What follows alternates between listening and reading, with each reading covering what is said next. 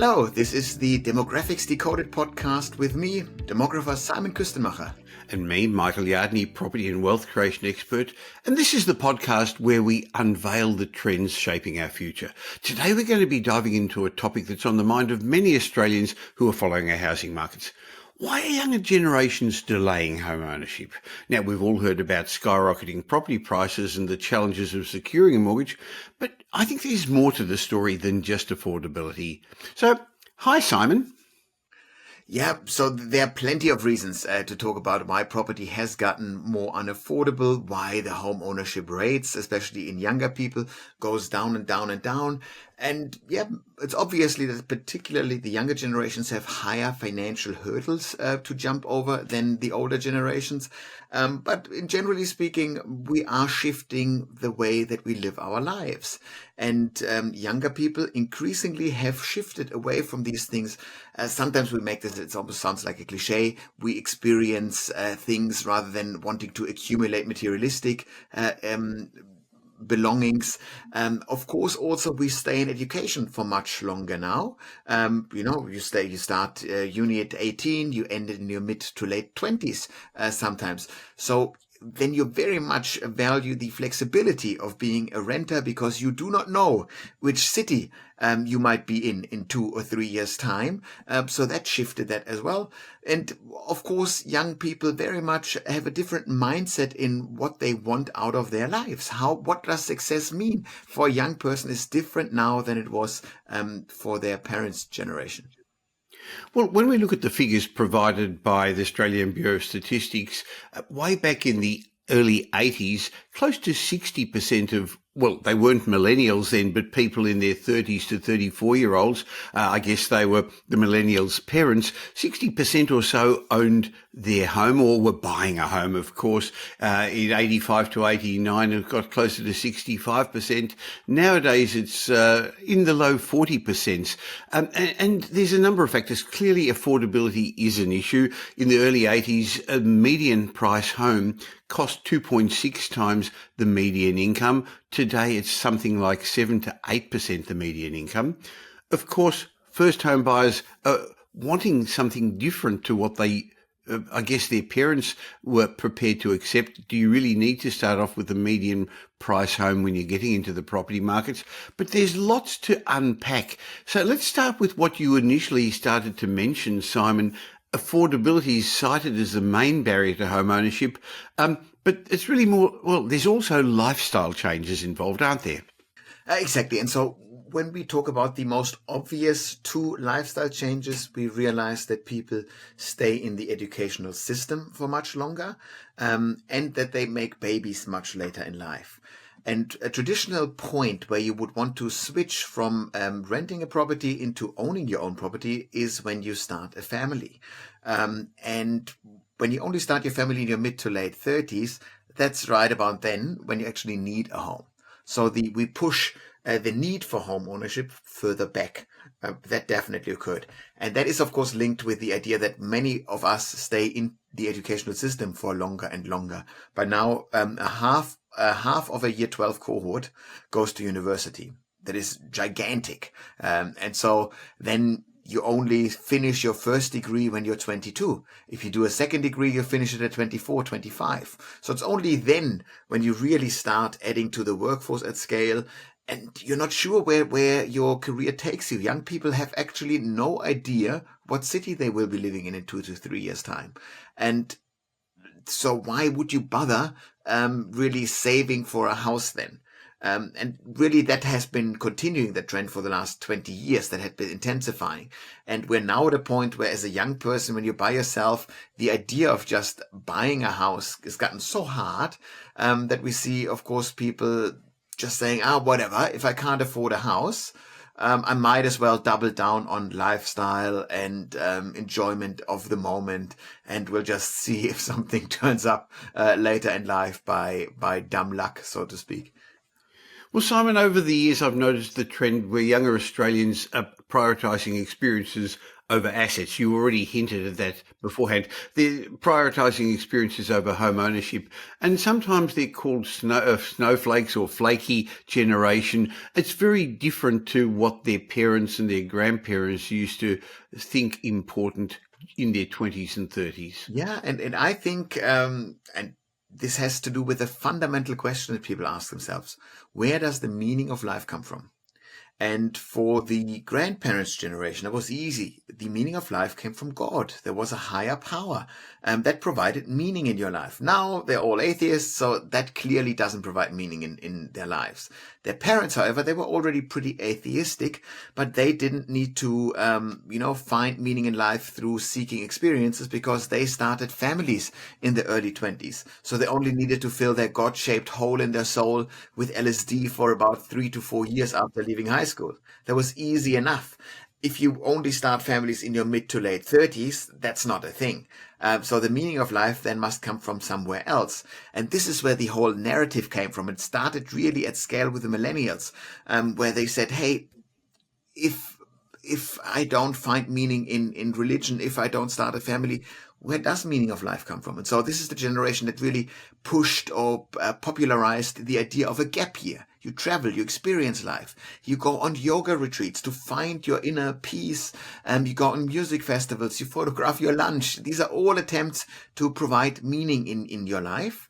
And of course, this is where the obsession with meaningful work came from, by the way, because it makes sense that why not look for meaning at the one place that you hang out for 8, 9 hours a day? That's probably the most terrible bet as a generation that you can make. Because how likely do you think it is that we can align our 14 million jobs in Australia with 14 million individual passions and desires? There might be an overlap, but that overlap won't be all that big. And so it's really a recipe for disaster on a population level. It's good if you get a job that is really meaningful to you. Congratulations. But overall, I think this has very much, there's a connection between this desperate search for meaningful work and terrible mental health data in young people. 1 in 4 women in their early 20s say they have a medically diagnosed chronic mental health condition. And we have millions of young people on antidepressants. It is a real crisis. And that's because we have deconstructed the idea of finding meaning in religion. We are not making families early in life. So we have not constructed a new thing that provides us with meaning. And to be honest, the young generations are struggling with that. Well, I've heard you say that adolescence is lasting longer. What's your definition of adolescence? Yeah, adolescence is essentially the stage before you reach adulthood. And adulthood is defined as you take responsibility for somebody other than yourself. So when I talk about adolescence, from year 30 or from age 13 to 35, they are, of course, at 35, fully fledged adults. They earn, an adult income. They had 35 years of life experience, but they didn't need to take responsibility for somebody other than themselves because they didn't go to the military where this is necessary. They did not make babies until their mid-30s. So you can continue to be a bit snowflakey, as the rather aggressive, simplification says. But I don't think that's per se an insult. In generational research, we also talk about the long life approach, meaning when you know that you live essentially forever into your 90s, then you hang out in each stage of the life cycle for longer. We often talk about stretching out the phase of the life cycle where we work.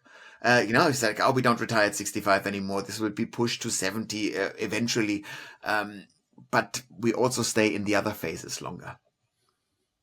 Now, Simon, one of the things that the younger generation seem to have is more career mobility, more flexibility. And I guess this is one of the reasons that they don't put down their roots early on, because they don't know where they're going to be. In the old days, you got a job, you worked there for 40, 50 years, you got that gold watch and maybe a little party if you're lucky when you retired. Exactly. And we now have a higher share of the workforce is in jobs that are utterly, completely mobile. If you think about a knowledge worker, this job can be anywhere. And then your next career opportunity is probably not within this organization. If it's in the organization, you might just, go to the next level, but you move to another state. And so if you want to prioritize your career, this geographic flexibility can be very much in your favor. And young people do know this. And so it makes sense in the early 20s, mid 20s, even into the mid 30s. This is when you chase the next promotion. When, from a pure career perspective, not work-life balance perspective, but career perspective, you're best served spending as much time as possible in the office, work as long as possible. These are the stages of the life cycle where they throw promotions at the hardest working cohorts, and you can then set yourself up for higher incomes in your 40s and 50s. And that's best done by staying mobile. And so people reacted to that. And then, of course, because they rented for too long, so to speak, jumping on the property ladder in your mid 30s gets harder and harder. Because, to be quite honest, your expectations are higher in your mid 30s than they are in your mid 20s. In the 20s, you can endure absolutely anything. But the older you get, the more a creature of comfort you become. And of course, young people do compare themselves to their parents. So if a 35-year-old, first-time parent looks at a house, they go, well, at 35, my mom, my dad, they already had 3 kids. They were close to paying off their mortgage, and they lived in a gigantic house. And so that then goes, settling for something less feels like, like a failure, like a disappointment. I can understand that. So as we discuss the factors that are causing home ownership to start later in younger generations, I think many of the younger Australians prefer the vibrancy, the convenience of urban living. And that, I guess, comes at a higher cost. Inner city apartments and rentals, they provide the proximity to a lot of work, but there's also the cultural activities, the social scene. It was interesting on Saturday night, Pam and I drove down Chapel Street, Windsor, Paran, South Yarra, as we went up there and we were going to the movies, and there was all the young people congregating there. There were all the lifestyle locations, cultural activities, social scene. If people want to live in those areas so close to the CBD, that's much more expensive. I guess the trade-off between owning a suburban home and renting an apartment in the inner suburbs is something young people are now considering. Absolutely. And you are better off in the inner city if you are still single, because your dating pool is bigger. This is where you go out to meet your potential partners in bars, and this is where the cultural events are happening. So if you're still looking for your partner, best settle in the inner city. That's you have a better dating pool, so you stay there. And of course, since we partner up later in life, we are kind of forced to stay in this attractive area for the dating pool for much longer. You can completely skip the inner city lifestyle if you marry your high school sweetheart. But fewer and fewer people are doing this. If you marry your sweetheart at 18, 19, while you're at university, as soon as you're done with university, you can move to suburbia. If you don't go to uni, you go to suburbia straight after high school. So that is it's a from a property perspective, it's a cheaper way of doing things in the long-term view. But the reality is it's increasingly a minority who is acting that way. Now, Simon, in previous shows, we talked about the different skill levels. And again, it's not a judge of people, but some people who've been to university have got skill level 1 jobs, more knowledge-based jobs, and other jobs don't require as much training. Is there a difference in how people start on the property ladder, buy a home, settle down based on their skill levels and the sort of jobs they have? Yeah, so I very much we see that the highly skilled knowledge workers, the uni educated folks, they tend to marry later in life, so they stay in the inner city for longer. Plus, their jobs are in the inner city. The office towers are in the inner city. Yes, working from home is a thing, but ultimately you still go to the office. So they settle there. If you are a tradie, which is by definition a mobile job, so your job site changes because you work on this construction site, then you work on that construction site. So these are people that have no need to settle in the inner city in the most expensive area. They can actually start settling on the urban fringe, because you need a garage that's big enough for your ute, so your tools don't get nicked at night. These kind of things. So they have a different property profile from the get-go. And it worked actually in the favor of tradies over the last couple of years. So the allegedly higher income earning skill level 1 knowledge workers, they had, structurally speaking, a couple of disadvantages. Ultimately, they still have a higher earning capacity, but they burned through an awful lot of their higher income, in a sense, with empty calories of rental fees. Now, we've spoke about delayed family formation a couple of times in this chat, Simon. How's this demographic shift affecting traditional home buying timelines and the types of houses that are in demand, the type of dwellings, I guess, that are in demand, because it's not necessarily houses. If essentially the population as a whole does not move from the inner city to suburbia in the mid-20s, but only in the mid-30s, you need more rental stock. You need more apartment type stock in the inner city where all those people live. And what we've seen in the recent couple of years is that the biggest generation ever, the millennials, they're now making babies. That means for the last 10 years, the biggest generation was in rental stock in the inner city. And now they're looking for 3 and 4 bedroom family size stock. So we have the biggest generation ever, all scrambling to find the same type of housing, which of course further drove up house prices for these type of homes. And so, yes, some people try to then just squeeze more time out of their small apartments by saying, yeah, if you just have one kid, you can kind of, before they get too mobile and agile, you can stay in the smaller thing for a bit longer, but not all that much longer.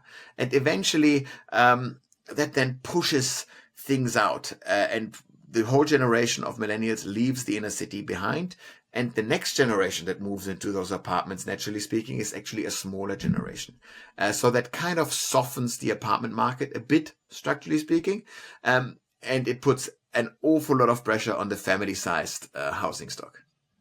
Well, interesting that you say family size, because I found that while millennials want to live in certain locations, if they can't afford to, their biggest priority when choosing a home, Simon, is how many bedrooms they have. All of a sudden, they're now going to move out of the apartment and they're wanting at least one extra bedroom for the first child and figuring, hey, I'm not going to move straight away, so I better have another bedroom for the baby that's going to come down in the future, and maybe a media room as well.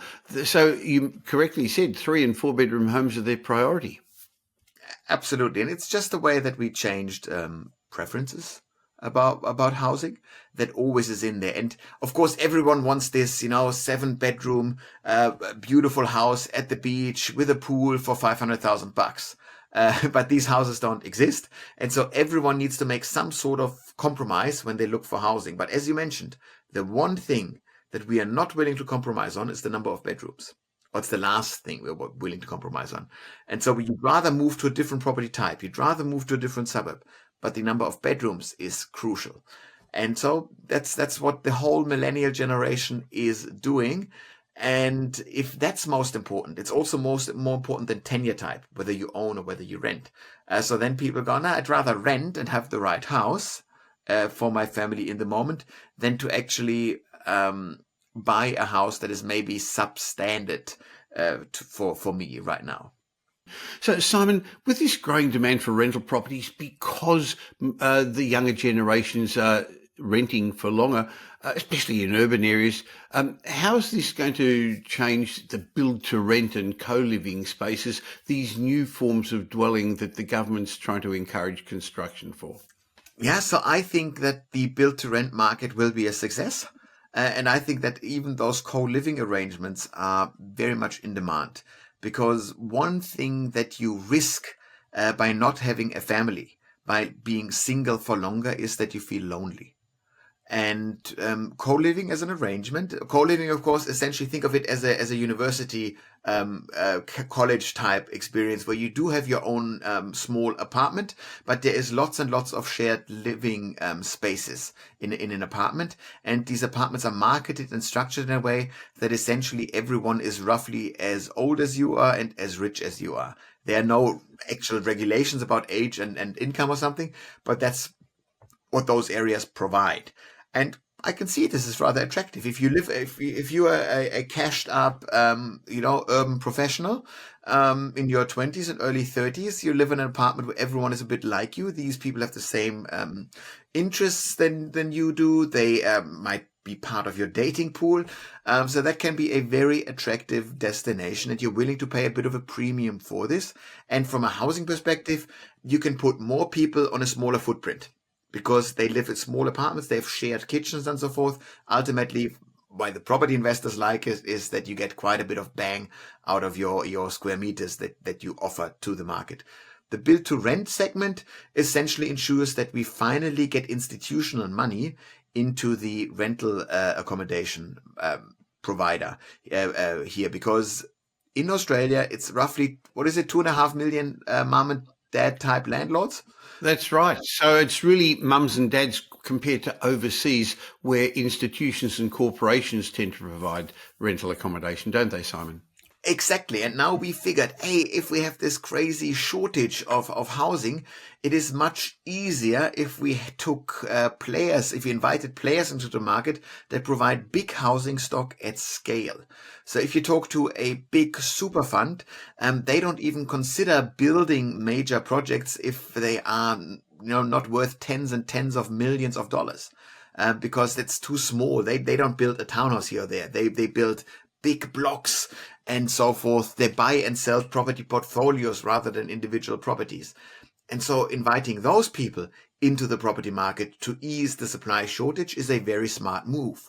And I would also argue, that's a bit of an aside here, that there is political calculation behind this, because it's very, very hard, politically speaking, to manage 2.5 million mom and dad landlords. That is a bucket load of people. And if you do anything to make their main investment, a house, cheaper, they will not vote for you. Ask Bill Shorten about it, who lost the unlosable election a couple of years ago. So if you were, and we're oversimplifying this, if you were to take all of those mom and dad landlords away and you only introduced institutional investors, they would actually be much easier to handle politically. And I do think that the political class wants this as well. This is never mentioned. This is never written down anywhere. This is just my wild theory. Having said that, these corporations are not going to invest in residential real estate unless it's profitable for them. At the moment, residential yields aren't high enough, so they invest in shopping centres, in office blocks, in industrial buildings, or in the share market or in corporations. So therefore, the government is currently giving them incentives, offering incentives, lower land tax, different stamp duties, other incentives to build. Having said that, that's not going to provide affordable accommodation, is it? It's providing affordable accommodation insofar that it eases a bit of the supply shortage.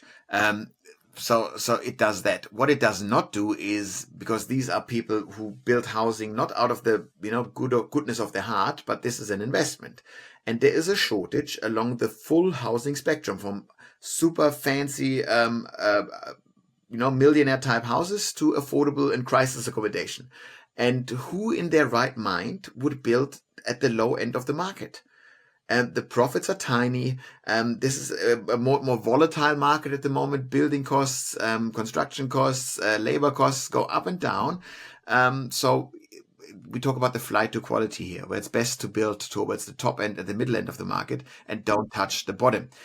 Theoretically speaking, a state-owned housing developer could be doing this. And I mentioned it before. My secret bet was that under a Prime Minister Albanese, who grew up in commission housing, that we would see a state-owned housing developer. And this was a big fail, this forecast of mine.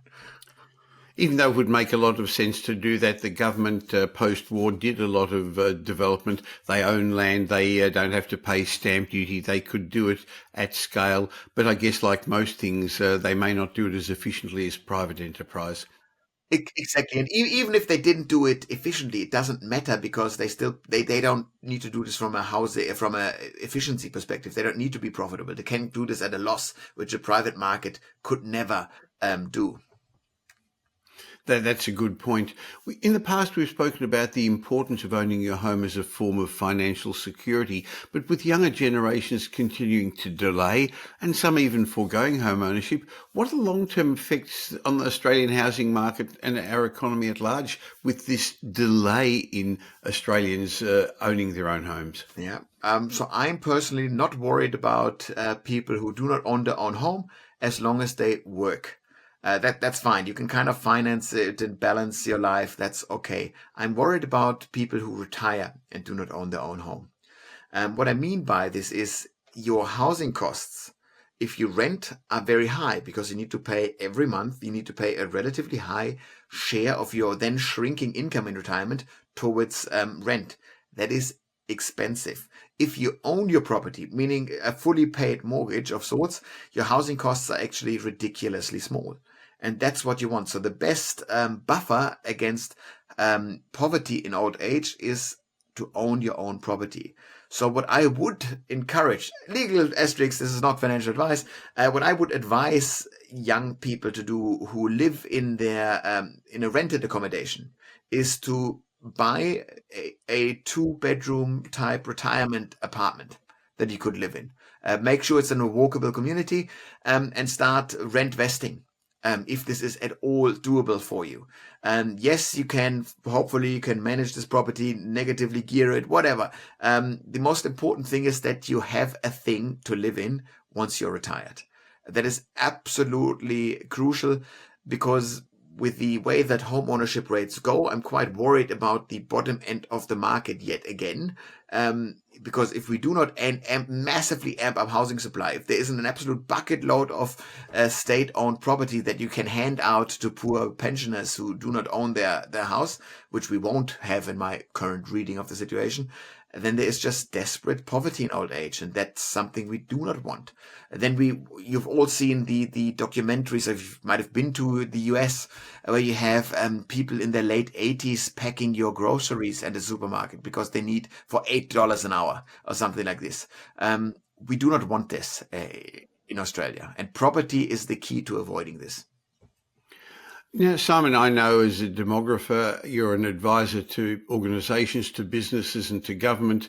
And if people want to have you speak to their organisations, I'm going to leave a link in the show notes where they can speak to your team and organise it to see if that would be suitable for them. But my final question to you in today's chat is about governments. What role do you think government policies should play in addressing firstly, the affordability crisis, and then maybe even the lifestyle preferences regarding housing? Yeah, so I would always ask government to stop doing harm. It's the medical premise of first do no harm, first home buyer grants. They drive up house prices. So stuff like this needs to be stopped. At the very least, do not proactively, artificially drive up house prices. That's the first thing. Sometimes these things are politically difficult. If we talked about reforms like, let's just kill stamp duty, introduce a land tax, that definitely lowers house prices, guaranteed. But the 2/3 of people who own their home will not vote for you. So it's politically impossible. But then, of course, I would seriously consider as a government to do at a very, very small scale, become a state-owned housing developer, meaning build a bit of housing and try it out. Don't invest billions in it straight away. Build a couple of properties, put them on the market, and ensure and write into legislation that there is a certain percentage of the national housing stock that needs to be state owned. At the moment, it's something stupid like 3 or 4%. It should be at least 10%.